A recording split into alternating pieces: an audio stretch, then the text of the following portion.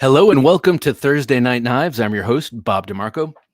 Tonight I'm going to have Jared Neeve of Neeves Knives joining me, and we're going to be talking about all sorts of things. Excuse me, not the least of which are we're going to talk about some of the stories that he has in the past of run-ins with the law with knives on him. He mentioned that on the last podcast when we talked to Doug Ritter. We're going to talk about TwoSun Knives. Okay. Dave Everett, nice to see you, sir. We'll be talking to you shortly, sir. So Jared Neeve sent me Jared and Kara sent me 4 of their TwoSun Knives about a week ago. And I've been, well, I can't say I've been using them. I've been checking them out, examining them, fiddling with them, fidgeting with them. But I was kind of keeping them pristine. And then I got this email. Well, I have to say, Jared, you'll have to excuse me. I'm usually a little delayed in my correspondences. It's, I'm born of boomers. What can I say? But he said, put as many scratches, dings, and dents in these as you possibly can. I want you to use these things hard. And I thought, no, I can't do that. I don't even do that to my own knives. How am I going to take these suspiciously nice looking knives, nicely built knives from some mysterious company from overseas and, put them through rack and ruin? Because what if I actually do ruin them? There's no way to replace them. TwoSun Knives, as you may know, can only be had on eBay, and it's kind of catch as catch can. Their models come and go, and they're always moving on to new ones. They loaned me 4. I was about to say they gave me 4. They loaned me 4, and of the 4, surprisingly, the smallest one is my favorite. This little thing. We're going to get to this. We're going to talk about this with Jared. We're also going to have Dave Everett, longtime super fan, come on the show. I hope you don't mind my calling you that, Dave. But he's going to come on the show and share his love of TwoSun, and maybe we can get a good dialogue going about these. Spirited Whiskey, my man. Nice to have you, sir. Always good to know I'm not going to be debating you, but always nice to know you're out there watching. So yeah, we're going to talk TwoSun. We're going to also dip in a little bit into Civivi knives, and as we do because they are prolific. And I also want to mention a new real steel knife that looks pretty interesting from the designer / knife maker Torby. I'm not even going to try and pronounce his first name. It might be like, I'm not even going to try and pronounce his first name. I think he might be Polish. I'm not sure. But hey, Matthew. Oh, I shared with Matthew some sad news because when I posted the video of this, my new Hinderer XM18 no choil Warncliffe from DLT Trading, he said very prophetically, "Don't drop it," referring to perhaps this knife, my 20 CV Yojimbo, which I dropped. And as you can see, it has an imperfect tip. I tell you, Warncliffes are not, all right, I'm not even going to pretend I'm OCD, but about a few things maybe I am. And one thing is the tip of my knives. Oh, did Bob break his Hinderer when he dropped it? Yes, he did. Yes, he did. Yeah. Okay. So it's not that bad. Really, what I can do is drop it. It does. But look at that. It's just sticks in my craw. You can see it, right? Right? All right. So what I'm going to do with the tip of this knife, before I send it off to Josh at Razor Edge for a full-on hollow, I want this thing hollow ground except at the tip. I want him to do kind of a compound thing. I cannot be trusted with a Warncliffe, and I definitely cannot be trusted with a hollow ground Warncliffe. So I think I'm going to have him hollow grind most of it and then leave the tip. I don't know. We'll see. But what I'm going to do in the meantime is do what I did with this here Yojimbo, which is, okay, I broke the tip off, but it was at a fortunate angle, right? I can't, I'm going to try and back that up with a dark background, kind of a fortunate angle. So what I did was basically I put a little sub tip on it. It broke, the tip broke going up this way. So I just kind of made it kind of like a little micro tanto. I sharpened it on both sides. And, if it's not a perfect point, at least it's kind of a perfect micro tanto point, huh? Alex, good to see you, sir. I have a video I meant to send you from dinner time. I like to Alex will sometimes send me pictures of the knives he's carrying, and I'll send one back. And I had one that I wanted to send him today, and I forgot. Sorry, man. Dinner caught me off guard. Jared, it's good to see you, sir. What's up, bud? How you doing? I'm doing great, man. I can hear you perfectly. How you doing? Good. Awesome. Okay, so I got to ask you right up front. Yes. Jim has to ask you, as he prompted me with that graphic. What are you carrying today, man? Today I was just around the house today, so I carried a bunch of different things. I was sharpening knives and stuff like that, but I was carrying my Civivi Piccaro in the pocket today because, and you know why? Because it's such a thin hollow ground blade that this thing, it's so versatile with cutting up anything I need. And it's just a straight user for me. So no matter what I do around the house, whether it's boxes or say if I'm gonna cut up food or anything, you know, it works. So but wait. Don't rush by that. Open that up. If you don't mind, open it up and put it close to the camera. And I want to point this out. To me, what is extra cool about this, its unique selling proposition, if you will, is that crazy cutout and the dangling thumb stud. It's very much like the Elijah Isham. What the hell was that one called? It's kind of like a sway back. And you know, I don't want to rush ahead or anything, but you know, that new Civivi knife that's coming out looks a lot like this, except for without the thumb studs. But no, I do the thumb stud action on this because this is phosphor bronze washers. This is not bearing. Bad monkey. So a lot of their knives are bearings, but this is phosphor bronze washers. So it's got that real smooth you know, when you roll it out, it's really, really smooth, but the action it's really good. And you got the middle finger flick. You got every different type of action you want from it, but this is a big knife. This is a 4-inch blade. So, oh man, bring it. I love that they do that, man. We has always been about the large blades first. Yeah, super thin behind the edge. Yeah. The last commenter, Matt Y. Is that Matt Yun? Let me know. Cutting edge? Let me know. Bad Monkey? Good to see you, sir. I was saying hi, Jared. Hi, Bob. Been commenting a lot. I appreciate you, Bad Monkey. Hey, Jared. I agree with you that the Civivi that you were carrying on you today looks one hell of a lot. What's up, man? Good to see you, sir. Looks one hell of a lot like the new one coming out that you can name, and then we'll just talk about that. Yeah. Almost exactly, right? Yeah, it does without the thumb studs. They've been doing a lot of really, really good, in my opinion. This is my opinion. Really good looking drop points. That just look like, I guess, just a perfect blade shape. You know, in my opinion, just a beautiful, perfect drop point blade with a nice hollow ground finish to it, and that's, you know, pretty versatile. Everybody seems to like drop points. You know. Yeah. So what else were you carrying on you today? Okay, so I had the Shurgurov Neon today. I have a bunch of customs that a buddy loaned to me to do reviews on. So I got some pretty amazing knives around me right now. All right, tell me, what do you think of Shurgurov knives? I don't have any, but I know that they are loved greatly. What do you think of this Neon?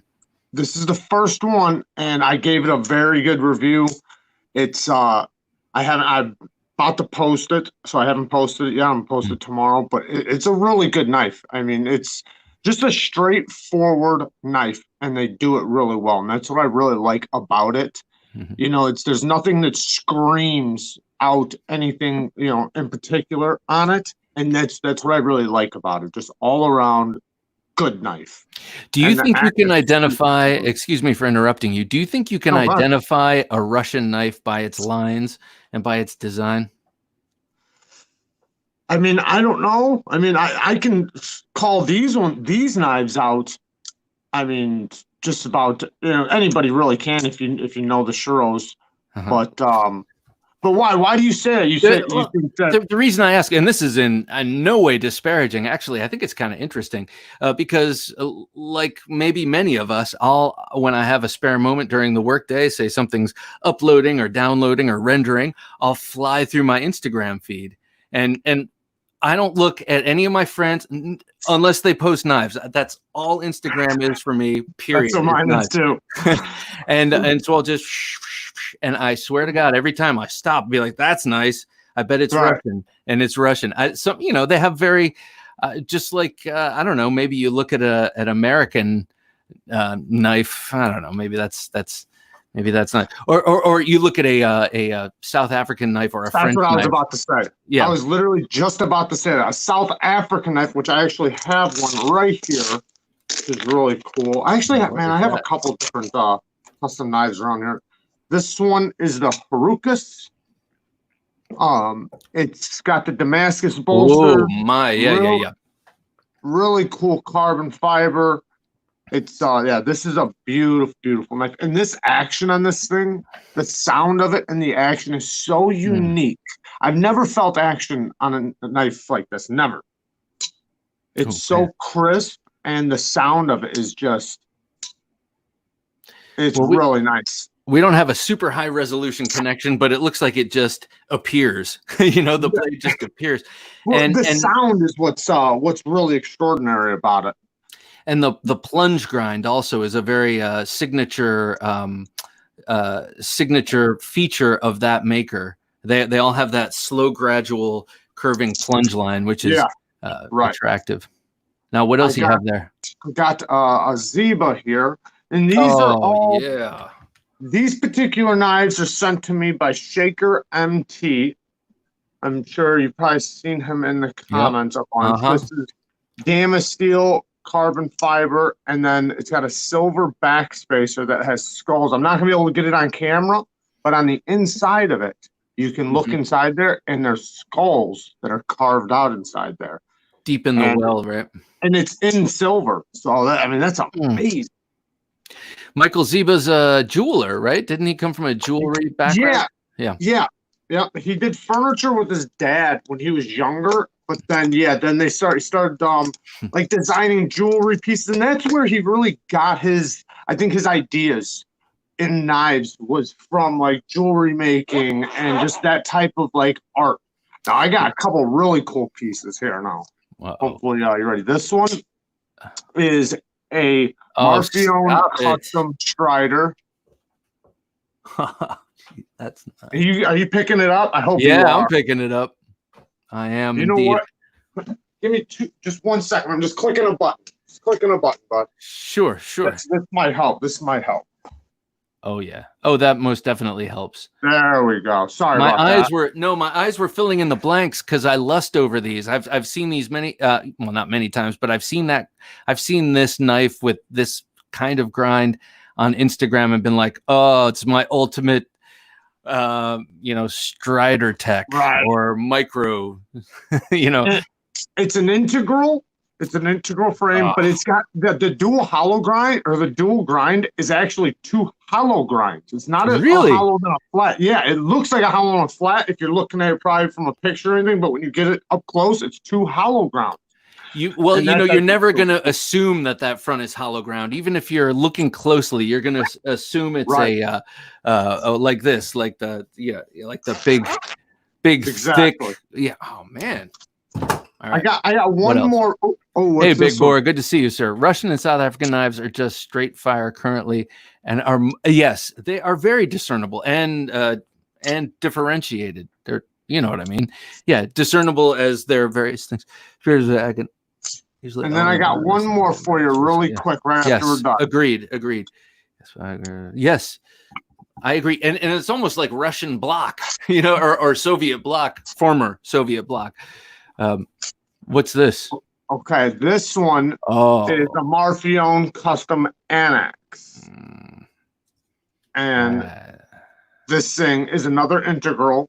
This hollow ground blade is really thin and it goes really high. The action on it is stupid smooth. And then also it has a spike that goes I know you would never carry this. I know you'd never carry this. I might. But it goes into the back like that, and it's like a metal cable with a spike at the end. Right. I remember when these came out. Yeah, it was a while back. Yeah. And I remember that feature. I think maybe it was on Jim Skelton or someone detailed that, and I wondered, is it like a stiff lanyard, some sort of drawing mechanism? Okay. Yeah, and it is stiff, so that's why it wouldn't be comfortable to carry. But it's a big knife, so it's not like it's going to irritate your hand, but it's going to hang out of your pocket. It's going to, if you did carry it on there, you'd be hitting everything, catching everything. So it's not really logical to put on the knife, but it's cool though if you have it on your in your cabinet or something. Yes, most definitely. Well, or in the whole package that's sent. It's the dog tag and that, and the titanium business card and all that. Like, who doesn't like a titanium business card? So right before you came on, I was saying I was carrying my new Wharncliffe. And I dropped it tonight while I was making dinner. Damn it. It's a little bit too much Chianti while cooking. Oh, yeah. And I dropped it on our tile floor and just that tip. So what do you got plans to do about it? Are you going to regrind it out? Or? Well, I'm thinking, I was thinking anyway of sending it to Josh at Razor Edge and having him hollow grind almost all of it except the tip. Because I cannot be trusted with a Wharncliffe, especially if it's hollow ground. I'll just destroy it. Right. So, but the funny thing is, it dropped on the kitchen tile, and I didn't see how it fell, and I couldn't exactly, but I just knew. I smelled it. I was like, steel made contact. Like immediately, I knew. You knew right away. I knew it. Oh man. Something in your skull cracked. Yeah, exactly. And then I'm like, why? I know myself. Why did I pay this money for this beautiful knife, knowing I would drop it on the tip? Triple EDC, good to see you, sir. I know. Oh, you did. XM18. Yes, indeed. Without the flipper, I would have to say.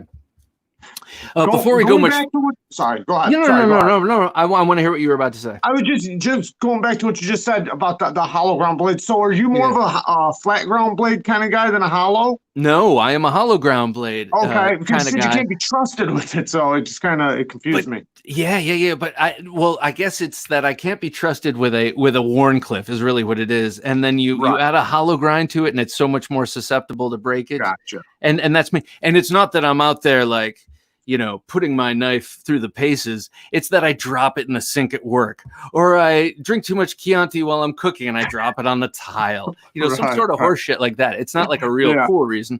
It chipped on the third rib of the last enemy I vanquished. Hilltop says, "Can you go back on that one?" Drop my LUDT on the sidewalk. See, that would almost be good if it just landed on the aluminum, because I like aluminum that's marred and kind of worn away. Is that a civilian you're carrying there? Yes, and I was just gonna say, I didn't want to interrupt you, but we are going to be ordering some ballistics gel. And I'm just gonna get a little cube of it. We were gonna do some meat, right? Hey, we were gonna do like a steak, and we were gonna wrap a shirt around it, and we were gonna take a video of it, seeing what kind of damage it could do. Yeah. Not obviously going crazy, but just like on a one swipe type of thing. And we can't find any meat. No big hunks of meat. We just can't find any. So we're gonna have to find some ballistics gel, and we're gonna test it out, because I don't want to get anything with bone. It's my buddy's knife, and so we're gonna make a video and just see what it can do with like a one swipe scenario. See what kind of damage it can do. Figured it'd make a fun video. Yeah. I think it will too, and I bet it's gonna do a damn good job. And yes, I can pretty much guarantee it's gonna. Yeah. Jim, can you put that last humiliating comment back up, please? What you smelled was the bitter aroma of disappointment and despair. Yes, that was. I just needed to soak that in just to punish myself. It's like that scene in Raging Bull where he lets himself just get his ass whipped. Right. I'm just terrible. Well, so anyway, before we continue, I just want to say that I finally sent the money that we made from the auction last week, a week ago tonight, excuse me. into Knife Rights. We made $500. $570, and we sent it into Knife Rights. Well, I sent it into Knife Rights today. It felt very good. I was like, finally, this is like out of the Knife Junkie bank account and in their bank account, and I can't do anything irresponsible with it now. It's all Doug's to be irresponsible with, and we know he won't be, so that's a great thing. So I just want kind of to do a little virtue signaling here and say everybody support Knife Rights, because yeah, man, it is because of them that we can be so freely talking about this and not getting shut down, and not being told not to carry our knives when we walk around. So, and especially in a place like where I'm at, being able to still carry knives, and even if it is downtown, or 3-inch knives, it's something. And you're in Chicago, just to remind viewers who might not be familiar. And Chicago's got, the crazy weapons laws, and yet still it doesn't seem to do much to quell violence. So maybe violence is just in the heart not of at all. humans. When you do that, all you're doing is you're making the law-abiding citizens more susceptible to violence. Because let's be real, criminals they're not obeying the law already. Yeah, that's why would they obey the law just because you made a new one? It doesn't make sense. Yeah, I mean, I agree. And thank you, Jared. Thanks for Knife Rights. We carry automatic. Yeah. Spirited Whiskey. Right. He's in Chicago too. Yep. Spirited Whiskeys. Have you met him in person? Have you guys? I have not, but we do have some set up after everything, with the COVID going on. After that, we're going to get together and go have a drink or something, go out to eat, something like that. Yeah, we're definitely going to get together. We were going to do it before everything hit, but then everything hit the fan, and, it slowed everything down. So. Yeah. So before we get on to TwoSun Knives, because I want to talk about TwoSun Knives, I want to talk to you a little bit about sharpening, because you've put up a number of these great photographs, like super macro photos on IG lately of some knives you've been sharpening for, people. So tell me about it. Like, how long have you been sharpening, and what's the deal? I've been sharpening for, taking it very seriously. I've been doing it for about 2 years. I've been sharpening for a lot longer than that, but I started taking it very, very seriously for about 2 years now, and almost kind of therapeutic to me. I do it every day. I love doing it. It's almost like how some people meditate. I like to sharpen, and I've really practiced on different, grinds, different edges, different stones, different this, different that, and watched, lots of other people that have channels and businesses out of it, and paid attention to what they said, and really gotten into it. And I really, really enjoy it. And so I even put up a couple live videos and also some regular sharpening videos of some tricks and some techniques that I learned, along the way, that I kind of came up with myself, rather than, found out that's through a bunch of other videos that I thought that I could help people with. And so far, a lot of people have gotten a hold of me and said that they've tried it. It really helps them. And because it's all freehand, what I'm doing. So, and some people have really gotten a lot of help from it, which is awesome. Yeah, it is freehand. Yes, it's all freehand. And I have a little trick that I do where you just take a pen and you mark your finger, and I show you how to get the mark, and how to know exactly where to mark the pen. But then once you do that, you line the back of the blade up on with your finger and the stone, and then you have your angle, and you just use that the entire time, and it matches the other finger. So you have one finger and two fingers, so you have both sides, and you never have to worry about your angle changing or you moving the wrong way and messing it up. It winds up lining everything up for you. And a lot of people have had a lot of success with it. I know I did, and it helped me so much doing that now I don't need to, but I've made videos doing it to teach people how to do it. So was that a technique you came up with? That sounds like something my grandfather would have done. Let me just say that. Right. Caleb, good to see you, sir. Right. Yeah. I just, some people get those, I don't know what they're called, but the little angle guides, I guess, little angle guides that you put on your stone, they get those. And I was looking at one day, and I was trying to figure it out. Like, how can I do this without having that sit there? for whatever reason, I didn't want it. I don't know if it was moving around or what I did.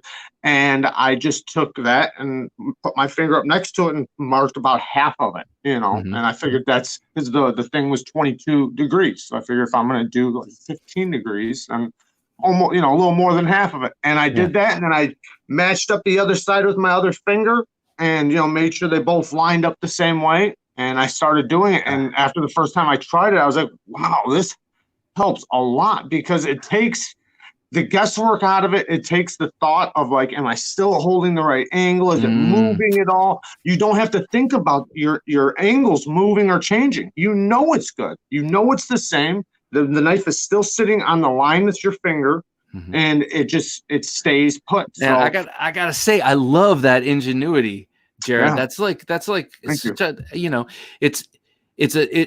it took you a little bit of time, a little bit of thought, and a little bit of time to master. But really, like, that's the time it took me to be like, I need a KME. I'm just gonna, because consistent angle. I need a.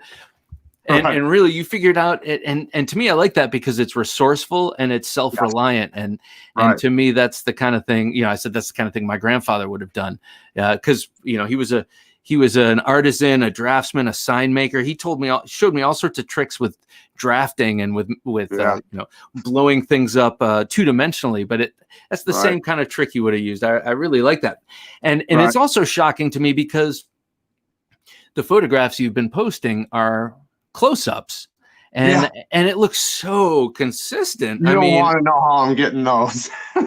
but I mean, the edge itself, it really looks like you're Zach. Good to see you, sir. I'm taking a magnifying glass and I'm putting it in front of my camera on my phone. That's how I'm getting that. Oh man! I'm just taking a little magnifying glass that you would use to read a book, and I'm putting it in front of my camera and taking the picture of it. Yeah. Well, hey, it worked. Justin Small commented a couple of comments back that your videos have helped him a lot in figuring out how. Yeah, Jared's vids have definitely helped me with sharpening. It really does. That's awesome. I mean, yeah, that's cool. And old school. Maybe I send this to you. Do you fix tips? I will fix your tip if you need me to. Yeah. All right. All right. M390. Yeah, I love M390. It shifts, man. Give me 154. It probably would have bounced, would have bent a little. I'd go, bend it back, be like, fine. What? Yeah, it is harder. Like the shards of Narsil. It just like shatters. Okay. Right. All right. I am not going to diss M390. Sorry. K390. I'll go back to M390, but what is it? I forget the name of their channel. The Dutch Bushcraft guys. Do you know those guys? Yeah. Okay, they just made a video on a K390 fixed blade, and they beat the hell out. They wound up shooting it with a gun. They put a real hammer to it, not a mallet, a real hammer to it. They instead of feather sticking wood, they feather sticked like a copper stick. Holy crap! Like they did a lot with it. Just showing how. Sorry, go ahead. Sorry to interrupt you. Is K390 the steel that's on the police model 4 or 3, the Spyderco police model now? It's like a sort of a semi. Spyderco is using it. Spyderco's using it, so. I think Pete from Cedric and Ada loves that. I'm not sure all the models they're using it on, but I know they're using it. Okay.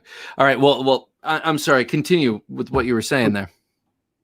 But no, they it was just showing, how strong it is, because I think the night they had, it was like 67 HRC, 67 or 68 HRC. So, I mean, that's hard. And, the one thing you're worried about is it going to chip? And I'll say that theirs, after all of that, the edge looked pretty good after all the damage they put to it. And hammering the spine of it with an actual steel hammer, like not a mallet, with a steel hammer. It looked pretty good. No, it didn't chip. They stood on it. They stabbed it into a tree, and they stood on it. It didn't crack. It didn't break. Which that's where a lot of knives would break. If you put the tip into a tree and then stand on it, it's gonna snap. But it didn't. But like with M390. It is harder than some other steels, so it's going to give you more edge performance than strength. Obviously, you get some. You're going to have to take some out of the other. When it comes to edge retention or strength or stain resistant, you're going to have to give something up usually. Okay. And M390 is usually, I guess, pretty strong, but it's also, it's as hard as it is. So I guess it can be brittle. All right. So let me Obviously, ask you. yours did. Yours chipped, right? So Yeah. But I also dropped it from 4.5 feet to 5 feet on a tile floor. But let me ask you this: in your opinion, for what use / purpose does it make the most sense to have M390 instead of, say, 154 cm? Mm-hmm. Why would I want M390? Okay, in my opinion, I personally would like if you work at a job where, say, during the day you're breaking down, let's say cardboard, right? You're breaking down cardboard, not just a little bit. You're spending 8 hours a day cutting straps, cutting cardboard, maybe cutting ropes. If you're that guy, then you don't have time to take out your strop every few minutes and strop it back up and hope that it's going to last. And I've had lots of days like that, and even in construction where I'm cutting things that that's would damage other blades. And I've even had brought some budget knives to me, not expecting to do as much as I was going to do that day, and the edge crept out on me, and not even an hour. And then I was wishing I would have brought something better. Okay. And then I brought like knives with M390 and had them last all day for me. And then when I go home, I strop them up or tune them up, whatever I got to do. But they lasted all day, and that was the point. Was that my job was easier, and I got to perform it better than when I had the other one. The other one, it craps out on you. So I guess something like that. Okay. It's like how chimps chew leaves 8 hours a day, so they don't have big brains. We don't have to chew leaves 8 hours a day, so we can go do other things. With the on the days that you've had the long, serious cutting, right? Were you ever and you did have? Well, let's bring one of the knives out. Let's start talking about TwoSun. This knife that you gave me has M390, and we'll talk about it in a second. But you take this out and you start cutting all day. Are you concerned about any brittleness or extra hardness with this on a work site, for instance? Not really. I mean, I guess if I'm gonna do like, because it depends on the job I'm gonna be doing. If I'm gonna be on the construction site and I possibly be dropping it and stuff like that, then probably. But I'm usually not too, because most of the stuff I'm doing, I'm cutting. So, and I'm cutting things that can be cut. Now, when I'm using my work knives with prying and scraping and stuff like that, then absolutely. And I'll take just a budget steel to do that stuff. Okay. And but yeah, so I mean, you do have to think. You have to be cognitive of what you're cutting, I guess, and what you're doing with your knife. Yeah, and if you have to pull out a pry bar or something, pull out a razor blade. If you have to. Okay, so Me with Knives says I cut 250 feet of cardboard in one day and it was fine. But what was fine? What steel were you using? Me with Knives, let us know. What were you cutting with, and what knife? And did the geometry matter too? I mean, that's a huge. Okay, so this huge. That's massive. This Tepe right here. design. Tepe design. Okay, so let me show the four knives that you sent to me. I'm not sure if we have access to my. Oh, yes. Look at this. So you sent this. I'll figure this out in a sec. Right there. You see, he's in the comments. Tepe Designs. What's that? Yep, he's in the comments. Tepe Designs. That's the designer of that knife.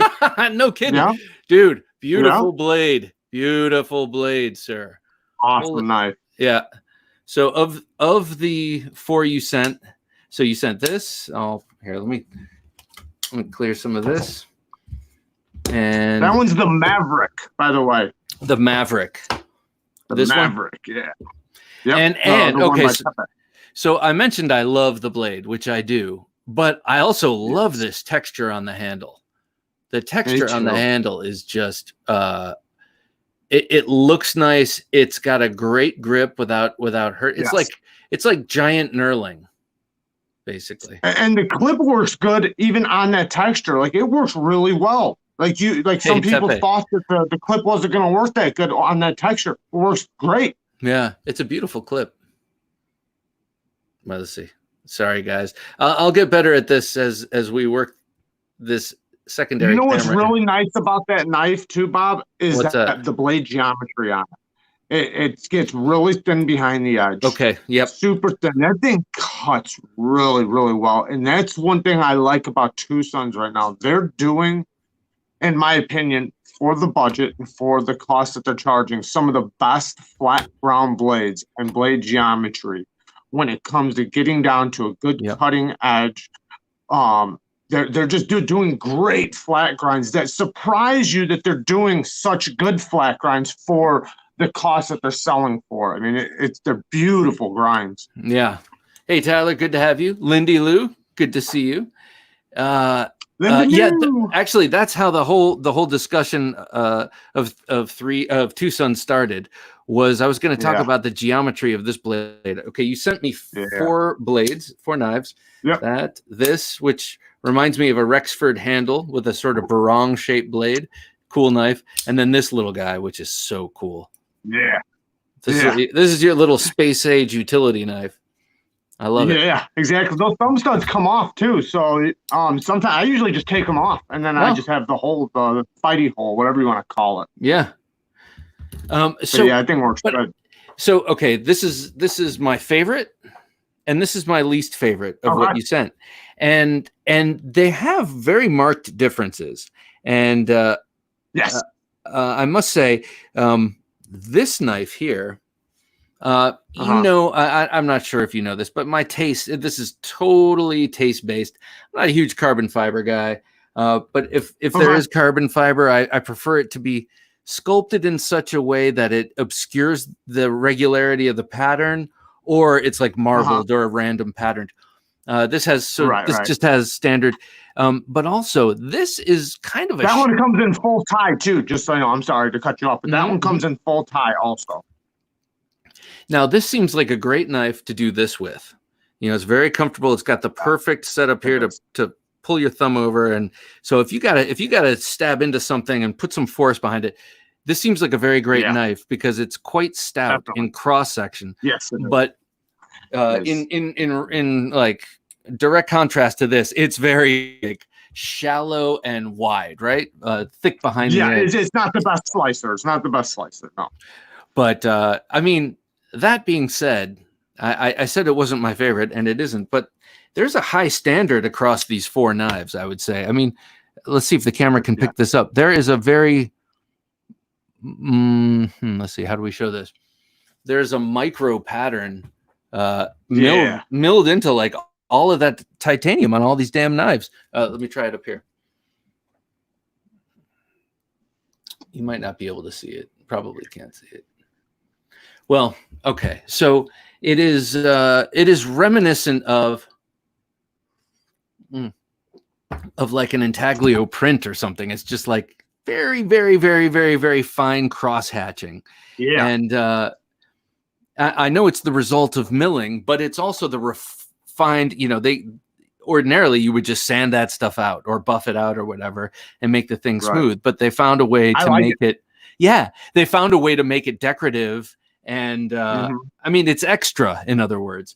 And then the milling. Yeah. So you feel good about it because you feel like a little bit more attention was put to the knife. Yeah. Look at the pinstriping on the bolster of this. This is a little bit easier to see. Now, this knife, to me, it's got sort of a Rexfordian handle. How do you like that? Rexfordian. I love that knife.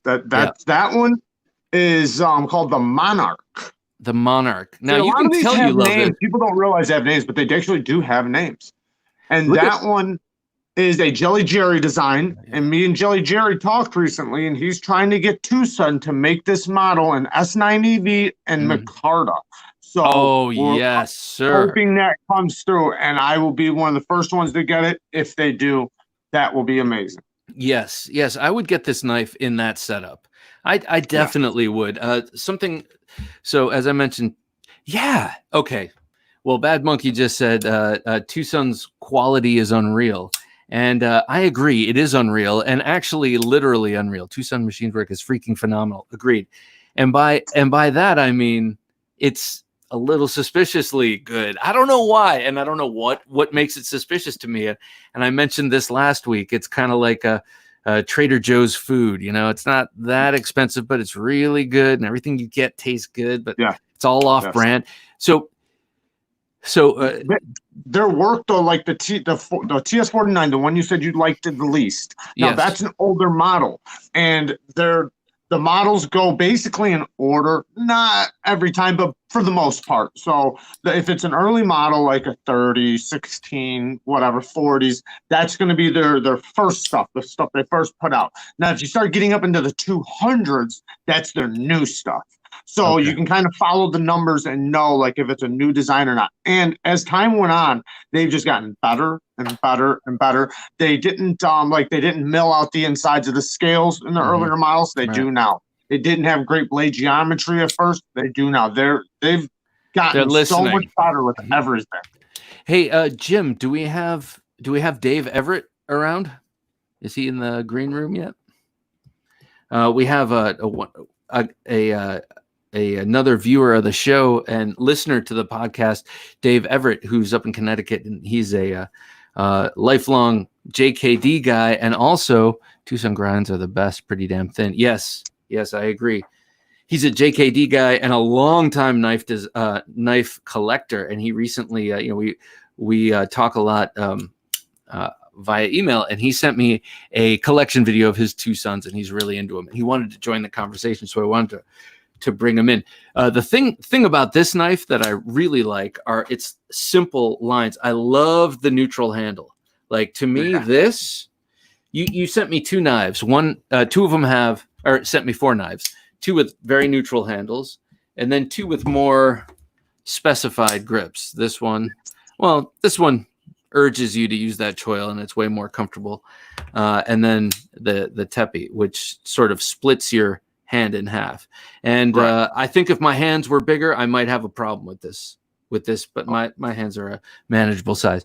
Can you go back to choke up on that one? Up to the Maverick. I like to go right up to the blade, and I like to cut like that with it.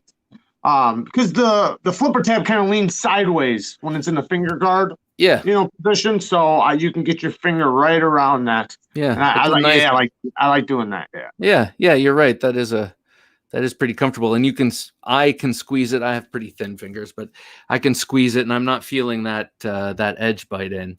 This is a really do you know if this is one that you can get on the regular, or are they all just kind of like?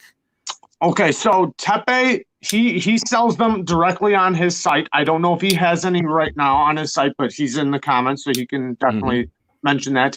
But you can get them on eBay. Sometimes you get them on Amazon. I got mine from a USA fella on eBay. So mine showed up in just a couple days. So there's also, people don't realize when they go on eBay that there are also USA people that sell for TwoSun a lot of times. They run out a little faster. So you can get them, and they're reputable. They've been doing it for a long time. So, and you can see, their reviews and see that, how many times they've sold. And then also Amazon. And then there's a couple other places like White Mountain Knives is selling. Oh, yeah, that's right. Now. And then a couple other places, I can't think of them right offhand, but a lot more knife sellers are getting them now and starting to sell them. But Tepe, though, I'm pretty sure he's got them on his website for sale also. Cool. Jim, can you bring back two graphics back, 2 comments back? It was something I wanted to. They struggled with. Okay, the steel tests great nowadays as well. Earlier they struggled a bit with the premium steels. Now they're all right on point. Okay, so I'm assuming you're talking about the heat treat, maybe, and then go one back from there, please, Jim, if you will. Oh yeah, some grinds are the best. Pretty damn okay. So I would agree with that on this one, on the Tepe and on the Jelly Jerry. These are both really, really thin. Amazing. Wait, Dave, are you coming on? You want to join us? I want to. Yeah. Sorry, Bob. No. I was a little. I think I was a little behind on the camera. I lost you for a second, but no, I was gonna say two things. One, TwoSun just recently got tested, their HRC tested for the M390 knife, and it was one specific one, and it was, I think, 53, a high 53 or 54 HRC. It was one of the highest HRCs I've seen. Or I'm sorry, I said 53. 63 is what I meant to say. A high 63 or 64. I forget if it was a 63 or 64, but it was the highest that the LTK Love Them Knives had ever seen. And I had ever seen Kurt test. So that was amazing. You know, to see that they were the highest for M390. And then I was gonna say one other thing, and it just I had another one from a buddy that I was hoping he was going to get to you in time, because I kind of felt like it was your style of knife. And it's the 162. It's a big knife. The ergos are the best I've ever felt on a TwoSun. I'm going to look this up while you're talking. And so it's the TS 162. The blade shape looks a little unique, but it's extremely thin. Extremely thin. So what it does is that when you have your thumb, so when you're holding it, the ergo, so let me just hold the knife really quick. When you're holding it and you got your thumb like this, everything's out of the cutting path. Completely. I mean, like, you can't get in, like, nothing gets in your cutting path. That knife is so thin, and that's a true laser of a knife.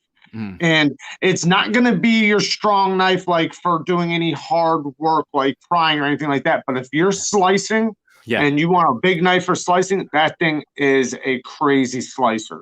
That's the ergos were really good. I know you don't like carbon fiber, but it's a cool knife. Yeah, well, that's another. I like this shaped blade. It's another barong shaped, scalpel shaped blade, and if it's big and thin, I mean, and then it's got that little the thumb opener slash thumb rest is kind of a little separate detail, and it's geometric, and it's a cool contrast from the curvy blade. Details like detent ramps over milling grinds. Yes. Oh my God, detent ramps. That's something I haven't mentioned. Yeah, all the TwoSuns have them. Why doesn't everyone have them? Why? It's weird that they don't. You would think that most companies would. It's easy to put in. I mean, 2 seconds. And also they have the washers that they use for their ceramic for the ceramic bearings. It's on like a little racetrack. So it's basically like a washer with a little racetrack put in, so the bearings roll in a track, which is really cool. Like in a so it's like a little detail. Well, it's a race, as you called it. Basically, it's a washer with a groove cut out in the middle of it, so that the bearings just roll right in that perfect circle. And you can tell they're hand flattened when you take them out and you look at them. You can tell somebody actually flattened them to make sure that they sat inside the knife perfectly flat. And that's another reason why most TwoSuns, for the most part, are usually centered. They're usually really good with that. Obviously, if they're off, you might have to, mess with them. But they're really good action. They're really smooth, and they seem like they're fit and finish for the most part. I mean, all the ones I've had, they just seem like they're just really good, and they're ahead of what their price is. What you're paying. The price you're paying is insane for what compared to what you're getting. Definitely. Yeah. Oh, we're being joined by Dave Everett, our good friend, and Dave has a collection of TwoSuns that he just shared with me recently. Dave, have you met Jared? Dave? Hey, Jared. How you doing, Dave? Good. I came on so you stopped talking. So what are you thinking? What are you thinking, Dave? We're talking TwoSun. Well, a quick background. I started collecting TwoSun about a year ago. And I got 40 or 50 right now. So wow, I'm there with everybody else. The quality versus the cost is just incredible. It is a shame. The only place you can get them is pretty much eBay. White Mountain, I checked today, they're out completely. everything is, notify me, notify me, notify me. So So before we get into any specifics of your collection, Dave, does anyone know who these people are, or where they are, or why their knives are so? well, you can get them from two sellers on eBay. You can get them from TwoSun, and you can get them from a guy called D-Win. Yep. And those are the two that you'll see. And then there's some guys who've bought them stateside who are reselling them as new. There's White Mountain, as you said, but they are kind of an anomaly in the knife field. Well, the thing that's interesting to me is that there, from what I know, there are so many models, and you kind of never see the same thing twice. It's like, how do you manage that? The bearing washers are definitely sweet, machined excellently, and bearing resist. So how do you manage constantly pumping out a bunch of very well engineered, beautifully designed, and very well considered? I mean, it's not like these are just whipped off. How do you keep doing that over and over and keep putting out brand new knives that, I mean, do these all, can I go out and get one of these? Can I go out and get one of these? They seem to go in runs. So here's a for instance. This is a TS66. That's cool. This is the integral. I like that one. They're just starting to have these again. I think there's like 2 of them out there.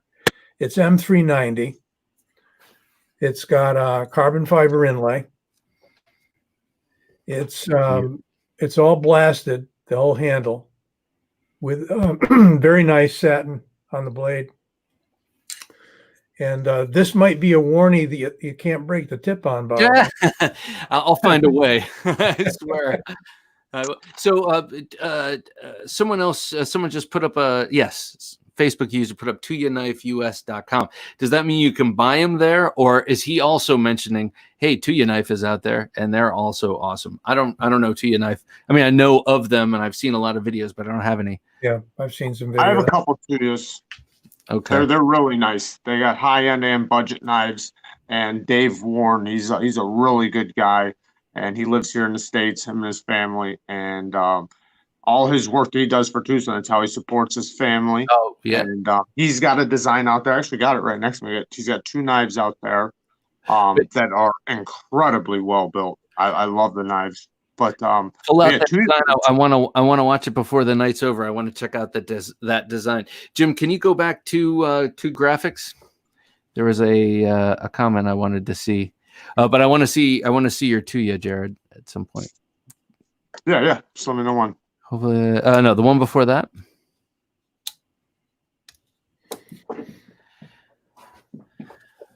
Okay, Jim, just go one back from there.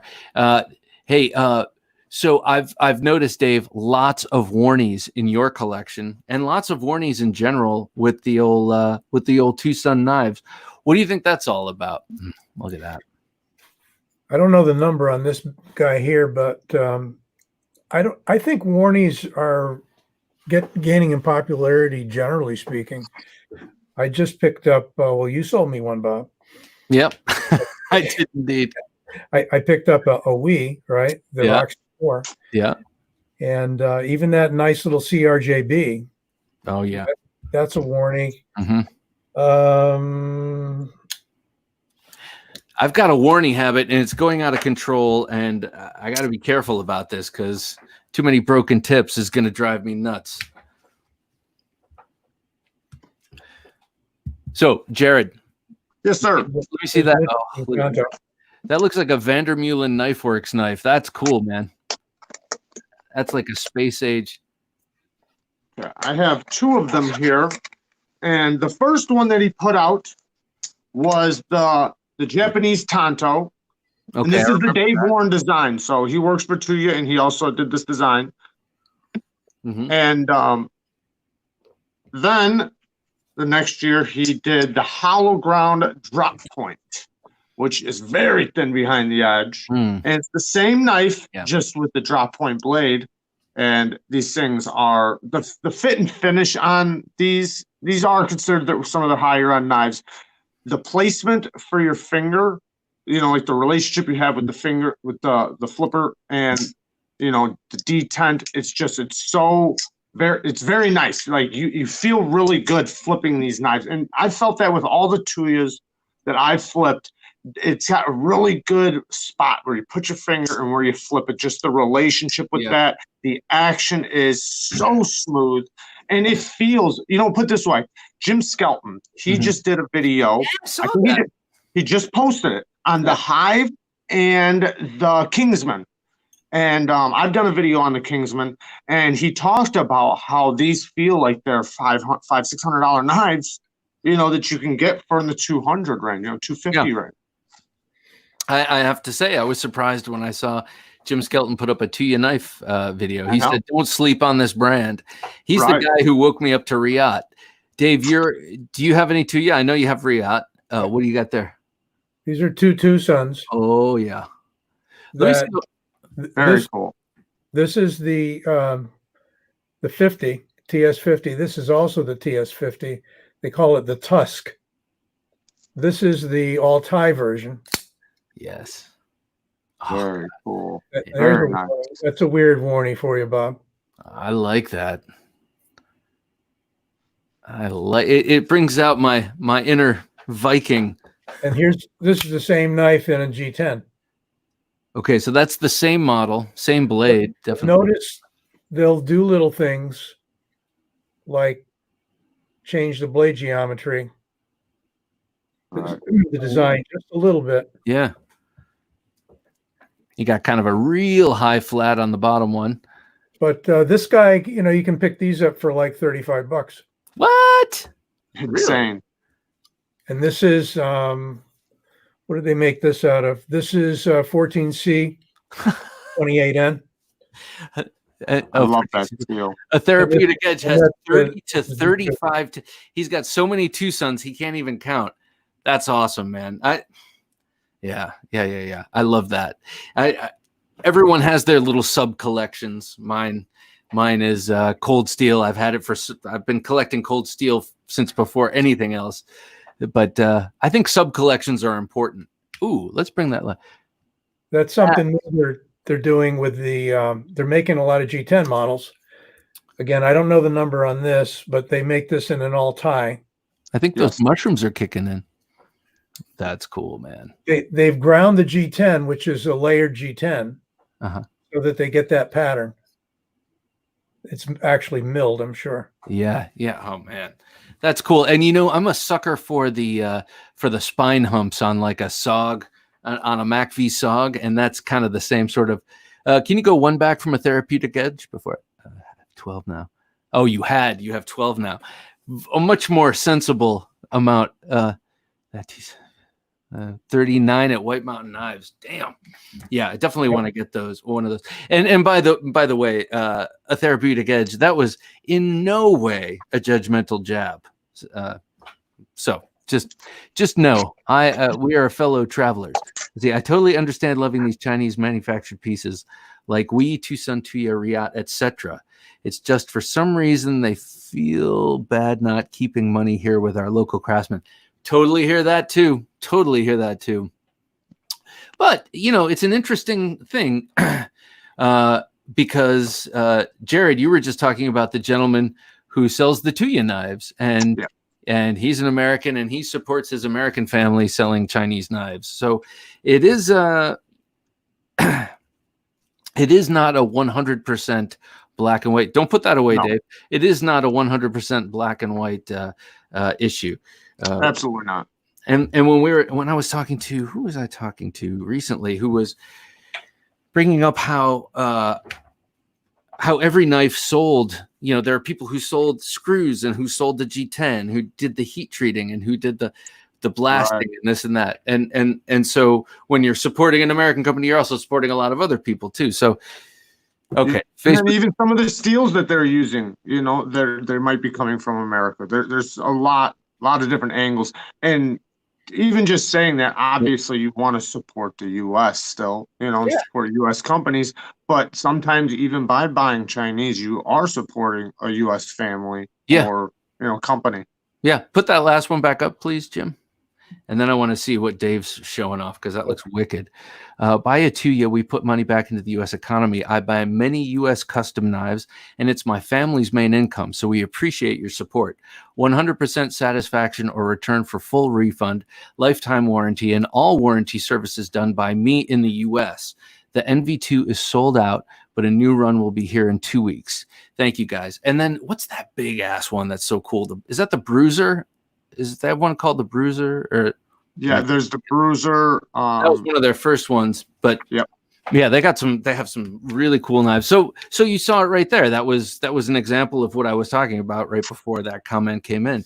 You know, that is the selling of a product that is supporting an American family, and he's doing all the work here when there's warranty work, and he stands by it too. I have to. I've called him a couple. Actually, he got a hold of me. I didn't. He's seen my Tuya, and he's seen that my screws slightly looked a little off the anodization. Got a hold of me, sent me 2 sets of them, just on the whim. Yeah. And that's just the way they are. In the beginning, there was a couple people that came up with like some HRC numbers that were slightly low.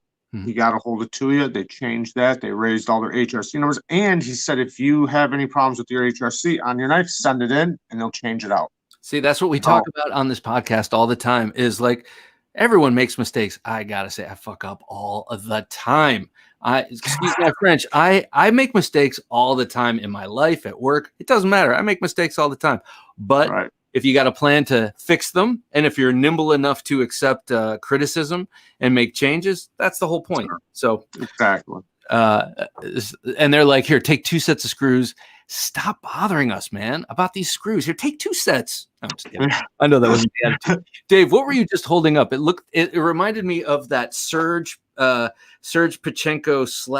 / GG Hawk sort of straight razory thing. Yeah, this is a new slip joint, relatively new. Oh, and wow. You can see the spring on the top. Yeah. There's 2 positions of engagement. That's kind of a safety. Oh, that is so cool. Oh, and look at that blade. I put the KME finish on this one, Bob. Nice. Oh yeah, you did. This was I think I brought that up to about 2000 grit, and it's just, excuse the expression, wicked sharp. Wicked sharp. So what's the steel on that? Are they all? Oh, what is that? I know they do. This is a Sandvik 12C27. I like Sandvik steel. I do too. Yes. I haven't had any of those backlock ones. That's exactly right. It's coming up with a plan to fix it and then doing it. What'd you say about I'm not a big fan of slip joints, but I like that one. Well, it's a kind of an unusual slip joint. Dave, Hilltop Knives and Gear is asking, is that the 130? No, I don't think it's the 130. And I got to apologize. I used to know the numbers pretty straight out, but now I remember a few. I remember the ones I like the most. But yeah, there's another little unusual guy. This is like a pocket sized. Oh yeah. Oh yeah. That is cool. It's a half handle, right? Uh-huh. The chisel ground blade, which I love. That's part of Knife Fight. It's double ground, Bob. Oh, no kidding. Yeah. That's unexpected for a half-handled knife. And this is the so your liner's there. Oh, I see. It's got a little U-shaped in cross section. It's got a little U-shaped part on the spine to. So you can just drop this guy. There's no clip. You can just drop it in your pocket. That's a beaut, man. I like that. Yeah. I like the unusual designs the best, I think. I mean, like, to me, it's not a utility knife, you know, it's a luxury utility knife, but this thing is so cool looking. Look at those grinds. It's very comfortable. And then it's very thick. And unless I'm carrying it all day in my skinny jeans, which I don't wear, like, I don't care about the thickness of a knife. And if it feels good in hand, and if it feels good to disengage, like this one is especially gratifying to disengage for some reason, because where some locks, many unlocking scenarios cause an instant of discomfort, just an instant. Right. have very delicate, refined thumbs. With this thing, it's like a fat slab of titanium that you're pushing across, and I love it. Just remembered sailboat. God, what does that mean? Does that mean anything to anyone? It probably might mean something to me, and sailboat. All right. Well, I mentioned chisel grinds before. Did I hear some female laughing somewhere? No. Oh my God, Bob, how quick you forget. What? Sailboat. Oh shit. What is it? What is it? I do forget stuff. All right. Well, someone will let me know. Slicey dicey. Sailboat. I don't even know what the hell's going on. I don't know. Someone will tell me. Anyway, since we're on the topic, let me see, Dave. What do you got there? This one I just picked this up, Bob, and this is a front flipper. This is a number I can remember, the 198. Oh, Nice. this thing is gnarly. I think I mentioned this to you in the email. To me, that looks like a scalpel. That looks like a tool of dissection. I really like it. It's that is really cool. Martial arts use, Bob, if you will. You've got a grip here. You've got thumb forward. Yeah. And you can choke up. It looks like it might be nice in reverse grip too. Yeah. To me, it's all about thumb engagement. I got to get used to this mirror. Yeah, here we go. Dude, that is a beautiful knife. That is. And this is 14C. 14C 28N. I'm remembering the sailboat thing, and I'm embarrassed. Okay, I do like the Sandvik steel, but I have to say it was really cool to see M390 on this, and I think part of it was recognizing the designer's name and kind of feeling like, okay, so this is kind of a more premium model in a very premium line. I mean, they all feel very premium, and I think I'm honing in on one of the things that adds to that feel, and it's the damn detent ball ramp. Really, Super smooth. There's no transition. I have this hinderer here, which I love very much, even though it betrayed me. And you still feel and that's part of the feel of this knife, is knowing that you're going to hit the detent ball and then go over it. And it's not bad or anything, but this is just, I mean, it spoils you. It spoils. Yeah, it does. I have another one here, an M390. You know, they do a lot in S90V too, but I have another one. This is a smaller one. So for the people that want smaller knives, under 3 inches, this one is the TS158 CF, and it's got, I guess most people would call it a reverse tanto, but it's kind of a clip point with a belly. But it's really cool. I can middle finger flick mine. Some people can't do that with theirs, but it's got really good flipper action. Yeah. But this is a very tiny knife though. It's M390. And then I got one that I redid myself. This is an earlier model, the TS116 in D2. But I reground the blade, put a new satin finish on it after I stonewashed and acid etched it. Then I reground the blade, and then I gave it a flame anno. Oh, nice, man. Yeah. Hopefully the light's picking it up a little bit, but it's got some blues and some bronzes. Did that lose the little ball in the clip, or was that supposed to have a ball in the clip? No, it never had the ball it never had it. So, but what it does is it makes a ball out of the titanium. Oh, I see. It dips. Yeah. It's a little cup scooped out. Yeah. That's nice. It worked really good, actually. That's a good detail. But yeah, and this one, I mean, very, very smooth. But yeah, they do have all the little fine details that some knife companies miss. Yeah. Well, like Dave, put that up close to your camera. Like, look at the milling in the handle of that. Yeah, that's gorgeous, Dave. This is the 57, I believe, out of production. And you got to feel this G10. It's got a heck of a texture to it without really ripping up your pants or anything. Right. And this is a D2. I'm a sucker for these sort of, it's kind of like you said, Jared. Is it a reverse tanto? I always have taken exception to that moniker. I don't like it. I think it's incredibly inaccurate. I do too. Yeah, Wow. you guys are talking about first language two sunnies. A reverse tanto would be sharp on the backside. Yeah, thank you. To me, it's more like a Warncliffe with a belly. What's the blade length of the clip point? I mean. Yeah. Well, it is a clip point. It's just not that gradual clip we expect to see on a Bowie, but it is definitely a clip point. Triple EDC. What is the blade length on that TS198? Which is the 198? Is that one that I have here? Dave had it. Oh, okay. It's I'm gonna guess. Oh God, that's so cool. That is cool. So menacing. That's really cool. I think it's around 3 3/4. Oh yeah. That is like that's another space age. Like you could see that someone like pulling that out of a sleeve sheath on their oh, what the hell is that? On their spacesuit. Okay. I just wanted to finish that thought. Look at that thing. Wow. So Dave, how many TwoSun knives do you have, man? I counted about 40, 45. Okay. What, if you don't mind my asking, what would you say is the size of your folding knife collection altogether? That's about 100.5. Okay.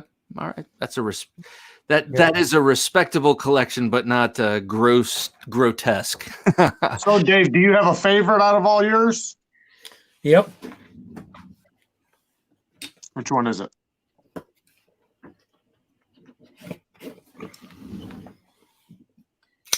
$162. Oh, that's the one you were talking about. There you go. Jared was just talking about this knife, and he was like, "I think this would really be up your alley." And that's one of the knives you sent in a photograph to me, saying that you thought it would be up my alley as well. That's funny. Yep. That is an incredible knife right there. So, would you say that is a 4-inch blade? Is that about 4 inches? Yes. That's skosh under 4. Okay. And then this guy probably is right in there too.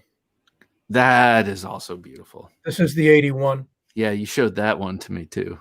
This has got the bone inserts. And that one got the ceramic ball. I love the clip with the ceramic ball. Yeah. Can you see it? It's two-sided. So that's actual bone? That's bone, yeah. And this has got some exquisite milling on it as well. So, okay. Someone mentioned, now I can't remember who it was, they knew a little bit about the company and where they were located. So it would be interesting to find out more about them in the future and how it is they come up with these designs. I know they get some of them from already established knife makers and knife designers, but they're a bit of a mystery. I think it'd be cool to find out more about them, but in a way, it's also cool not knowing a damn thing and seeing what pops up. And then having some sort of a unicorn knife, never get this again. The 81 is freaking phenomenal. Now, which one is the 81? That was the bone insert bun. Oh, yeah. I seen LTK. He took his bone out and dyed it, and dyed it. So he had his bone in colors. That is pretty cool. Wait, I'm sorry. Go back one, Jim, if you don't mind, sir.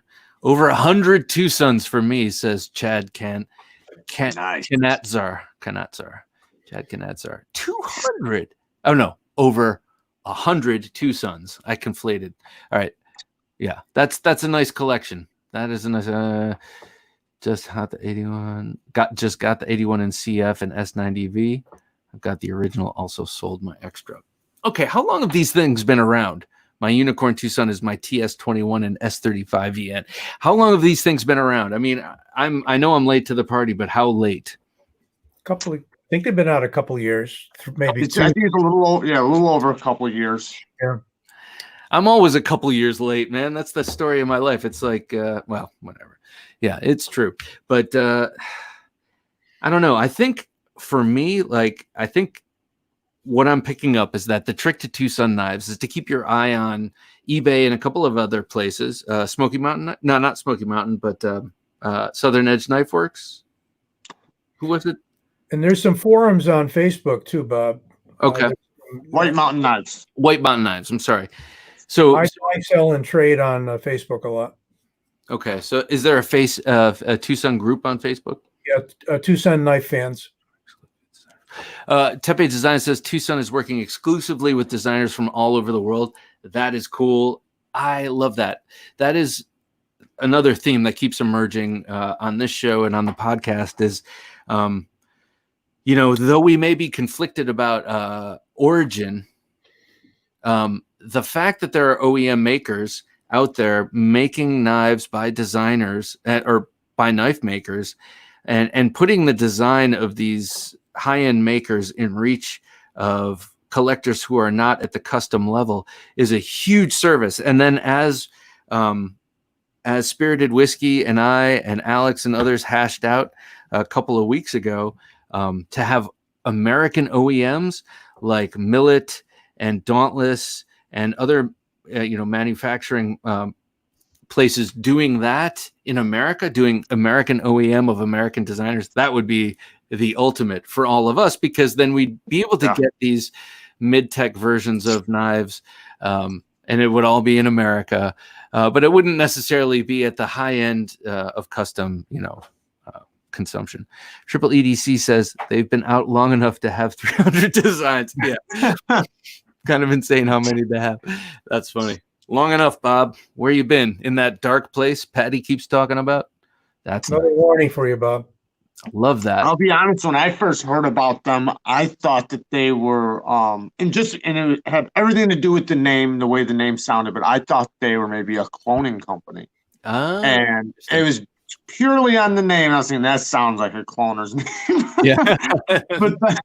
but then I looked more into them and found out, nope, they have all their own designers, all their own designs, of knives. And after I got my first one, I said, this can't be true. Like the price that I paid for what I got. Yeah. I couldn't imagine getting a full titanium knife with reverse detent tracks, ceramic bearings on a racetrack, and incredible action. I got it for, I think, $53.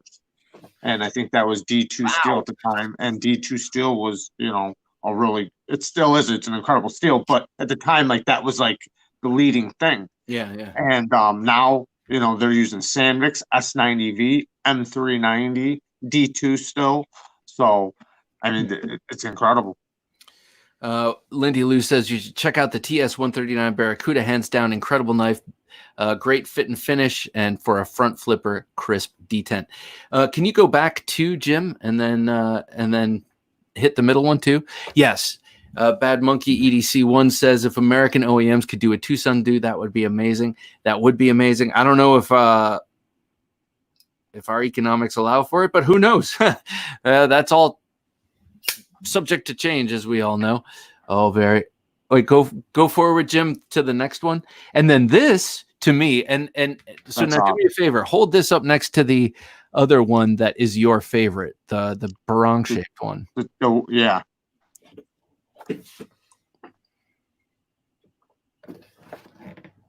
lost track of it. I got to Oh, nice problem to have. The blade shape is slightly different. But they look very similar. Very similar. They look like they came out of the same mind.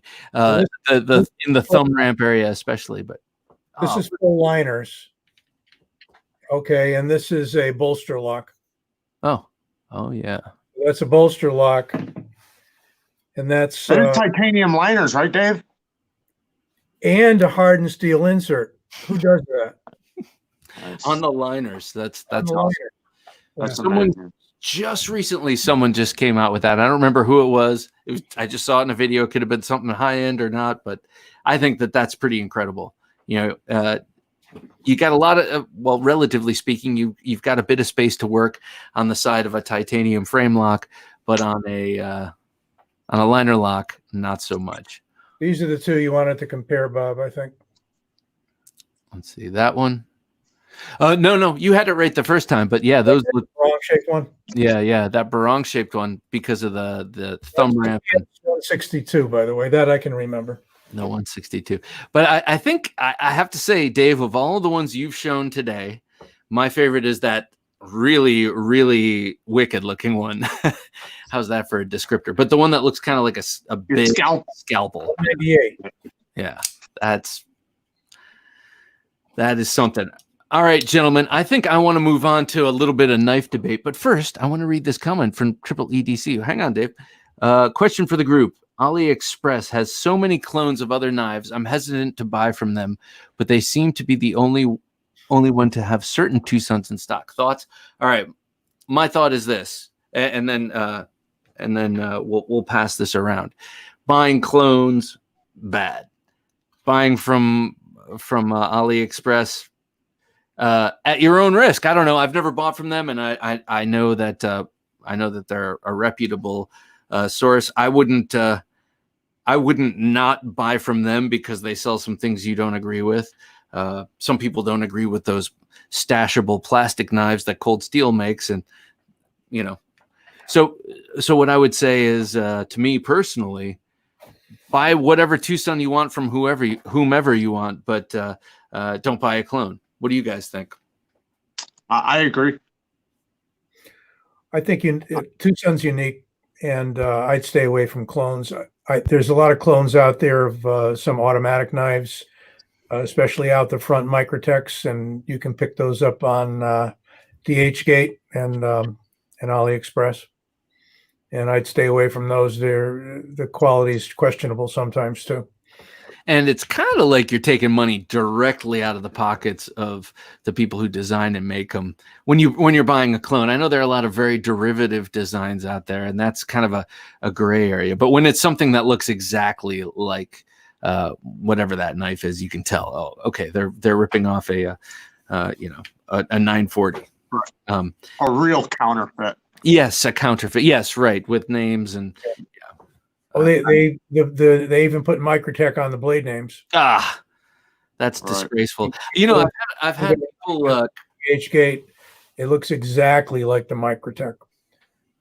But I've had people comment on my videos saying, that's fake, right? About any number of knives. And at this point, I'm kind of like, if it's fake, man, it is so good. I don't care, but I don't know if it's fake. Never had a problem with AliExpress. Apparently, there's a lot of fake Kershaws and ZTs as well. Really? Yeah. Why would you fake a Kershaw? Jesus. I would buy a TwoSun wherever they're readily available. I mean, there's an endorsement for you right there. I was very grateful to you, Jared and Kara, that you sent me these knives. And actually made it to a live show. Lavender Pants, good to see you, sir. Or ma'am. I think it's sir.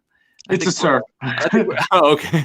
Okay. But then I saw the lavender, and for an instant, I don't know. Anyway. I have some of his knives, actually. He's a really cool guy. Because his comments are always cool, and he comes up when I speak with Slicey Dicey, and Slicey's always like, one of my coolest viewers and the greatest name. And yeah, exactly. But anyway, I don't even know what I was saying. But yeah, these. What I was saying was I was very grateful that you sent these along. I appreciate it. Yep.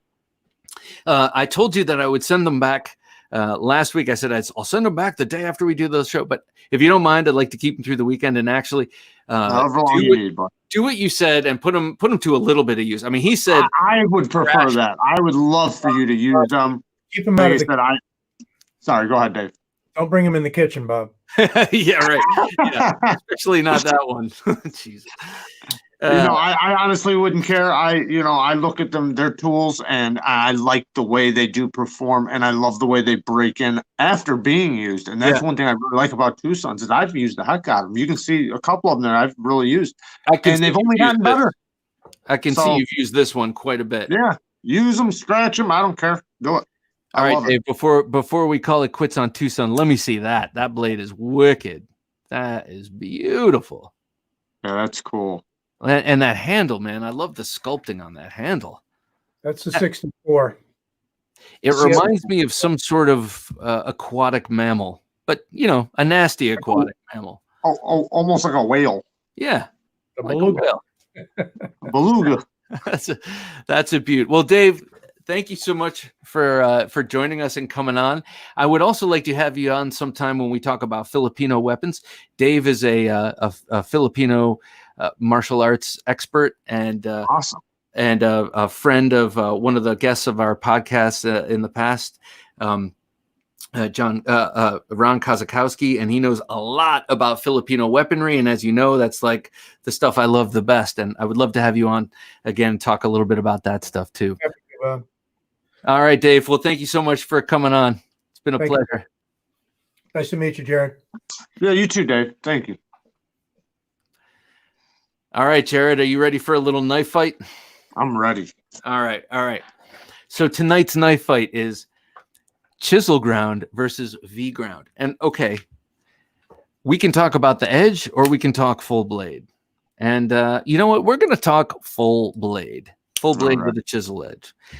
You can choose which you would prefer to defend.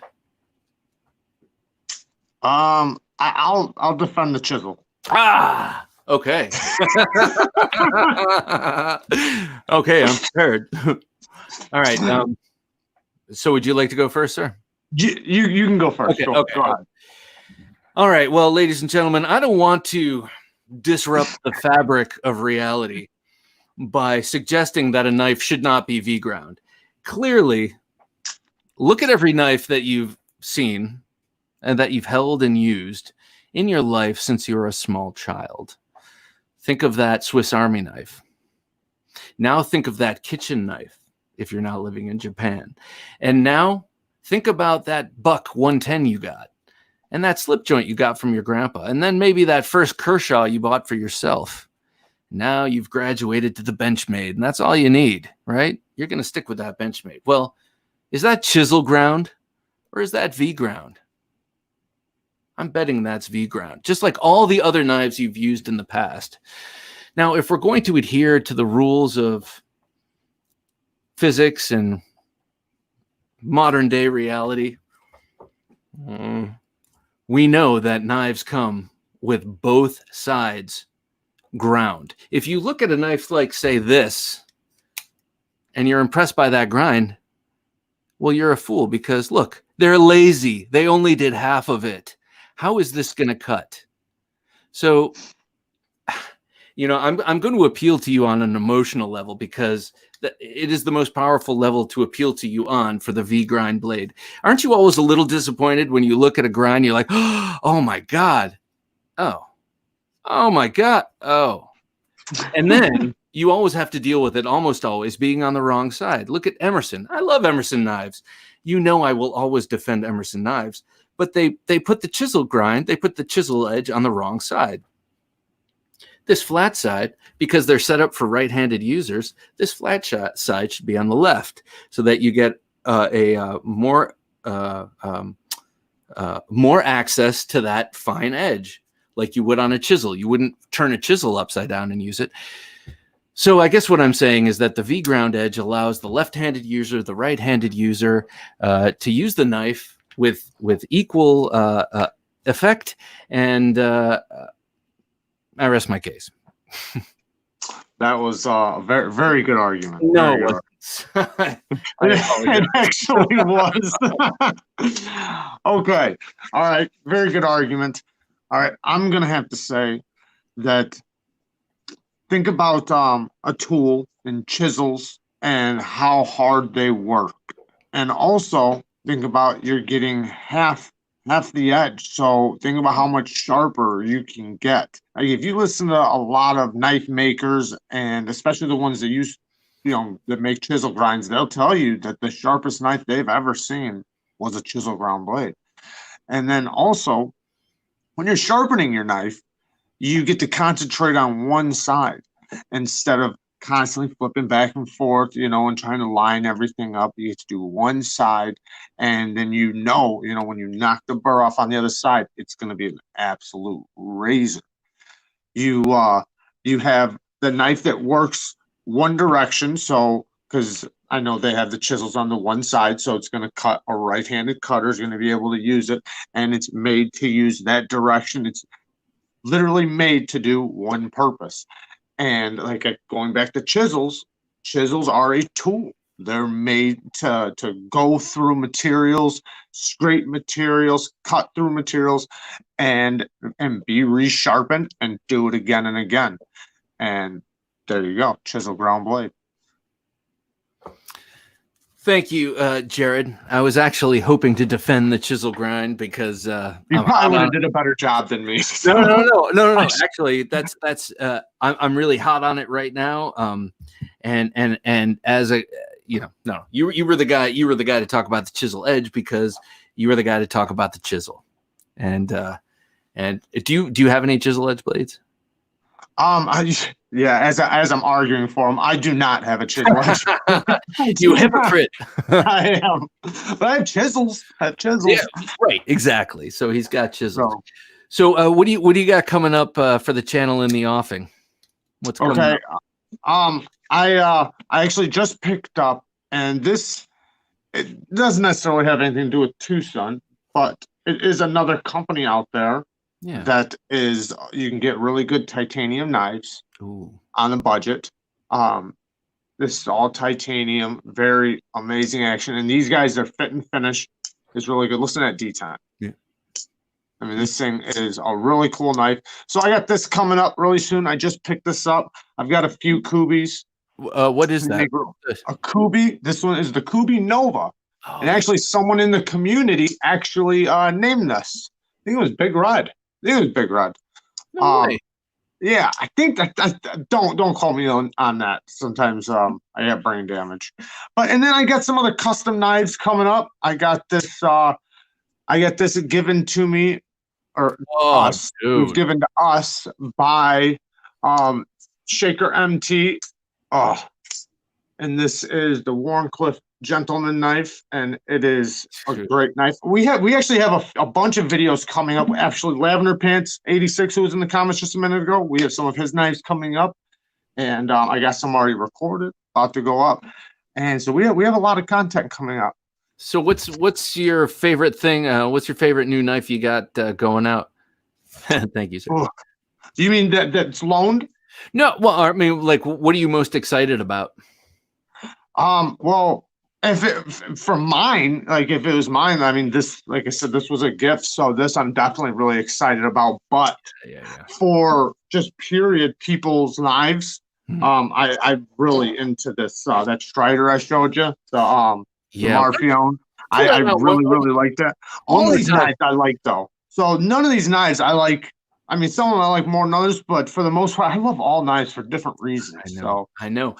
For me, it's like I'll still go to Walmart and buy a $5 what do you call it, a Sierra Trail or whatever the hell they're called, just to check it out. As a matter of fact, I did that recently, and after watching one of Metal Complex's videos, he was talking about he was all pissed off about. He got some Spyderco that was off-centered. He's like, dude, I just went to Walmart and picked up this $5 knife or $4 knife from Ozark Trail, and it's perfectly centered.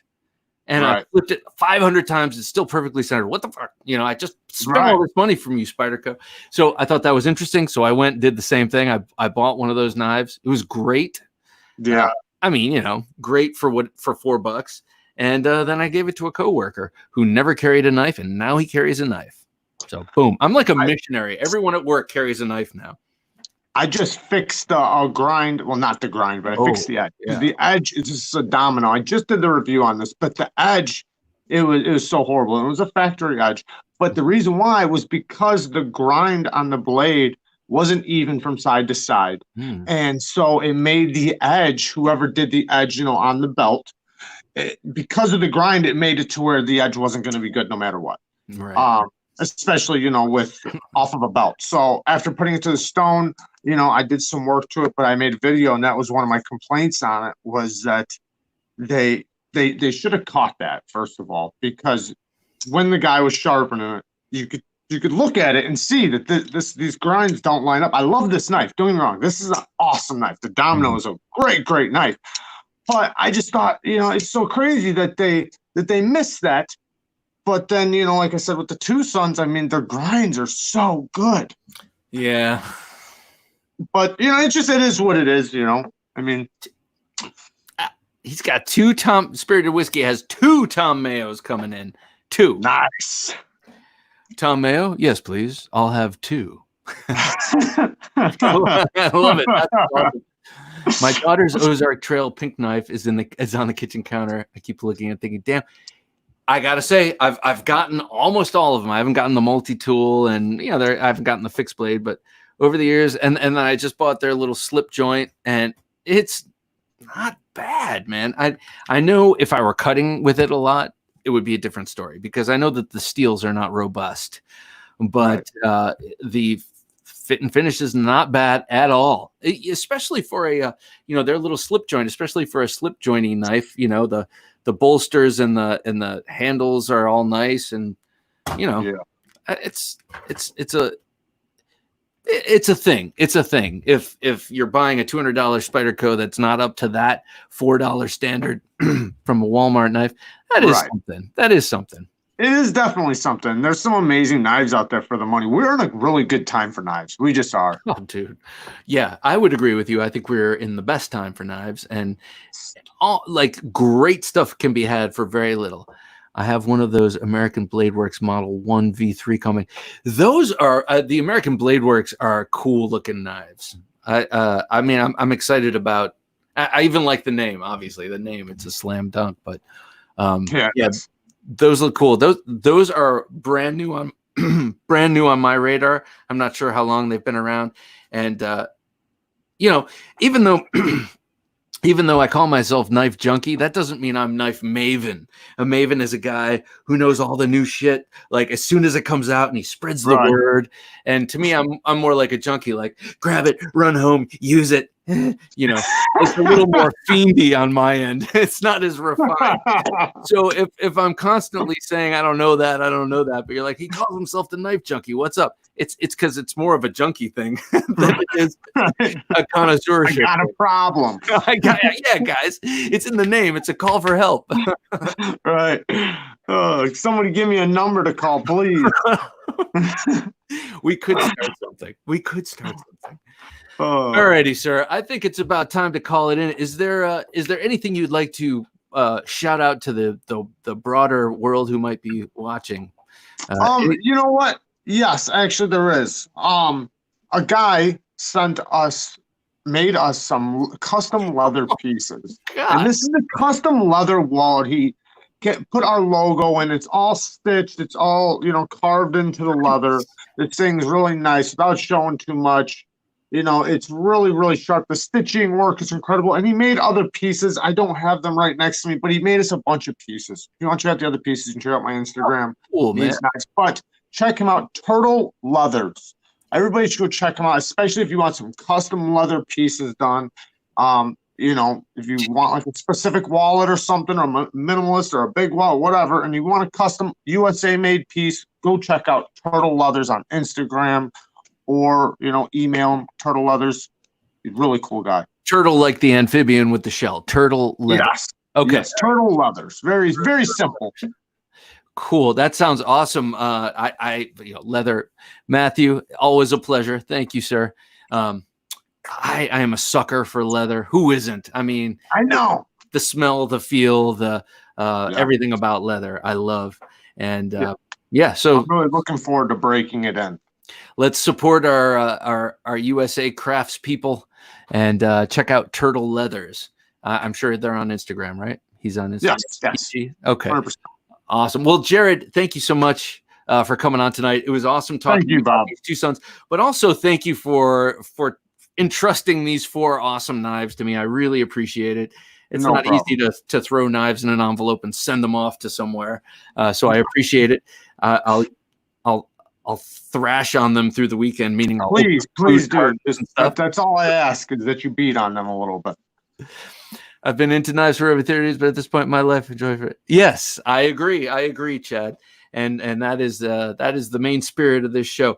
So anyway, as I said, Jared, thanks for coming on, and thanks for sharing these TwoSuns. Also, thanks to Dave Everett for coming on and sharing his TwoSun collection and his perspective on the brand. And thank you to all of you men and women who have been watching and commenting. It's really appreciated. And it's really interesting for me to hear other people's propensities. I love to hear, I have 150 TwoSun knives. It's like, okay, I'm not the only one. Like, it is a problem.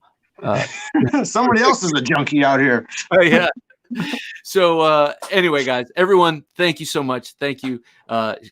Share this if you can, and if there's anyone, thank you, Tepe Designs. Great to have you here, sir. And beautiful, beautiful knife, sir. So if you think anyone you know would like the show, please share it with them. And that's all I'm going to say. So Jim working his magic behind the switcher, and for Jared of Neeves Knives, I'm Bob DeMarco saying, don't take dull for an answer.